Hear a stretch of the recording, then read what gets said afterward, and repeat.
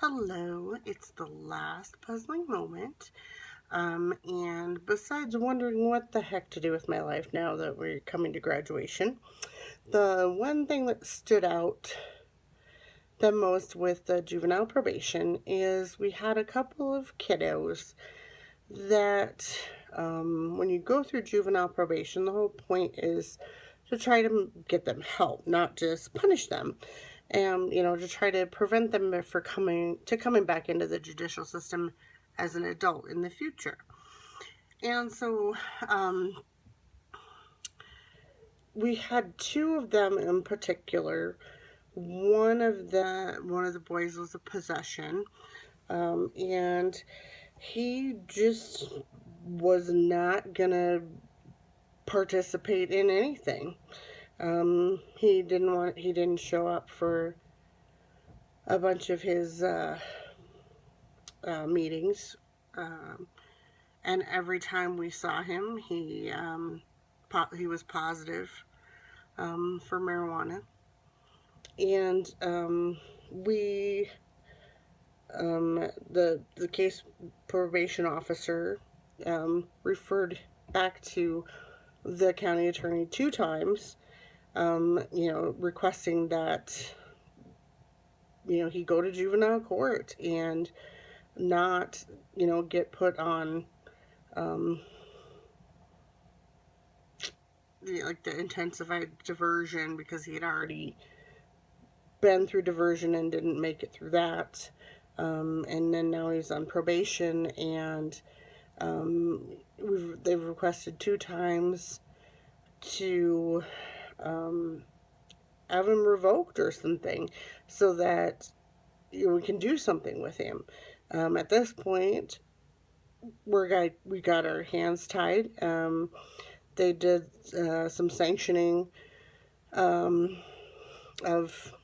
adding additional community service, that kind of stuff, which isn't not gonna he's not gonna complete the regular community service. So what difference does it make adding 10 more hours, because he's not gonna commit, he's not gonna do that anything either, and he's not gonna learn anything from that.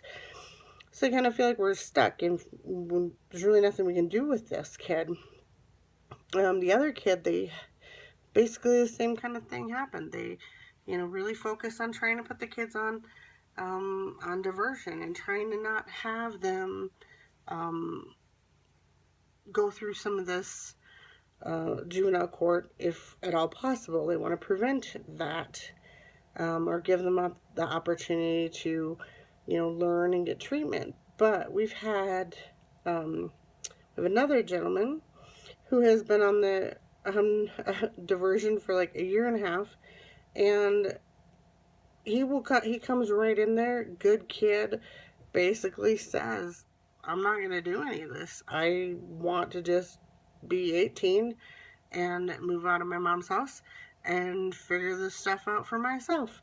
And I don't want to be put anywhere where I'm going to get therapy or treatment or any of that stuff. I don't want any of that. I want to do it by myself.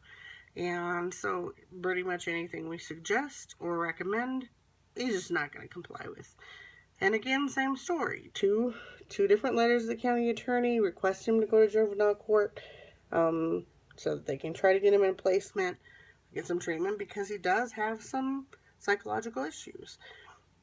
And nothing. They're just waiting to age him out, I guess. I don't know. And it's kind of frustrating, because I feel like we really haven't done these guys any good, because parents aren't compliant, kids aren't compliant, the county attorney's not even being compliant. So what really is our job to do with these kids?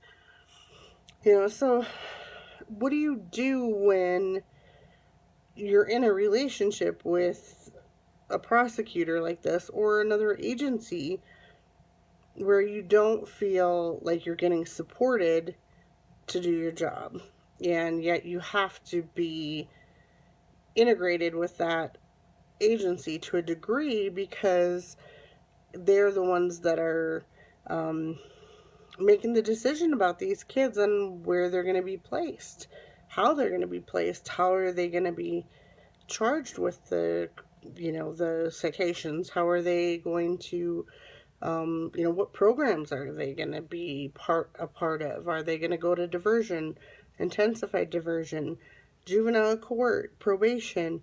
I mean, we don't get to make that decision. Prosecutor does. But when we obviously see a child that program is not working for them and they refuse to do anything about it, what other actions can we take to try to get these kiddos the things that they need? Or if they're downright unwilling to do anything, what do we just, we can't wait out 6 months probation and then send them a letter saying that they complied with everything when they didn't comply with anything at all. And so we send a letter saying that they didn't comply with anything, and then what, after 6 months they're still going to dismiss them even if they didn't do anything? It kind of seems like a joke, and I can imagine that this kind of stuff will get passed around the schools too. Like, don't worry about that. If you got on probation, just don't do anything you need to do, and after 6 months they'll still drop you. No big deal. I can see that happening in the high school. We had an incident where we had a magistrate that worked for our judge and my regular employment, and she worked every Friday because the judge's wife was going through chemotherapy, and every Friday was gone.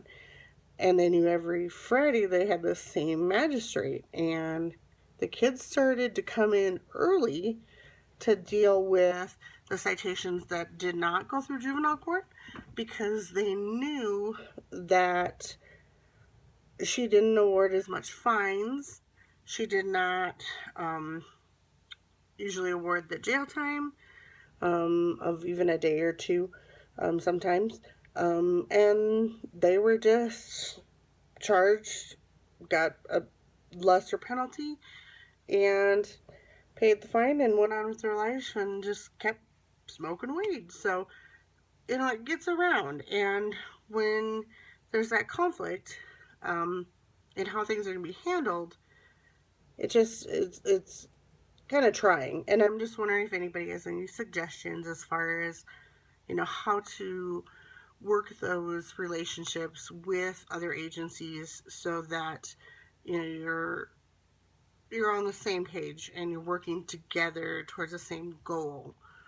But, well, thank you guys. It's been great working with everybody and getting to know everybody better. And I'm really thankful for the opportunity to be able to do these video calls and video stuff just to kind of get to know everybody a little bit better.